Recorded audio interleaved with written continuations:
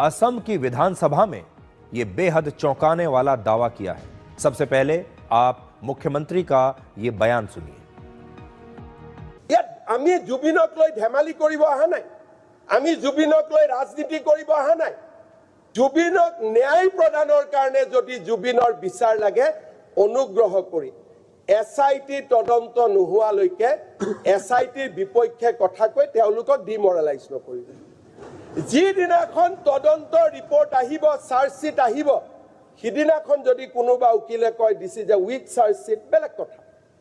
কিন্তু আজিৰ দিনটো যেতিয়া আমি দেখাই নাই চাৰ্জশিটখন কি হ'ব, মোক এনেকে এটেক কৰিলে, মুখ্যমন্ত্ৰীয়ে কিয় হত্যা বুলি কৈছে? আৰে দিছ ইজ অন ৰেকৰ্ডাই কম,